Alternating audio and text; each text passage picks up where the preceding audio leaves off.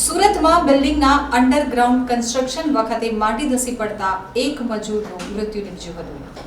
ચોમાસું નજીક આવી રહ્યું છે ત્યારે સુરતમાં બિલ્ડરો દ્વારા પોતાના કન્સ્ટ્રક્શનને ઝડપથી જમીનની બહાર કાઢવા માટે રાત દિવસ એક કરવામાં આવી રહ્યા છે.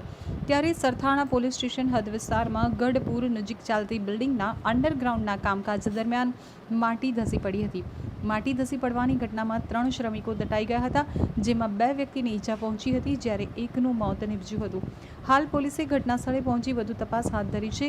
ગઢપુર નજીક બિલ્ડર આશિષ પટેલ દ્વારા હાઈરાઇઝ અપાર્ટમેન્ટ બનાવવાનું કામ ચાલી રહ્યું છે. આ સાઇટ બિલ્ડર દ્વારા કોન્ટ્રાક્ટર આશિષ પટોડિયાને સોંપવામાં આવી હતી. ત્યારે વરસાદ અગાઉ કામ તેજ કરવામાં આવી રહ્યું હતું તો બપોરના સમયે અંડરગ્રાઉન્ડની દિવાલ બનાવતી વખતે માટી ધસી પડી હતી. માટી ધસી પડતા 3 મજૂરો દટાયા હતા, જેથી આસપાસથી સ્થાનિકોની મદદથી શ્રમિકો દોડી આવ્યા હતા અને દટાયેલા 3 પૈકી 2 શ્રમિકોને બહાર નીકાળી 108 એમ્બ્યુલન્સમાં સારવાર અર્થે ખસેડવામાં આવ્યા હતા, જ્યારે એક શ્રમિકનું ઘટના સ્થળે જ મોત નિપજ્યું હતું. મૃતકનું નામ મોહમ્મદ જાકીરભાઈ છે, જ્યારે ઇજાગ્રસ્તના નામ લાલા છપરી તેમજ અંશુલભાઈ બહાર આવ્યા છે.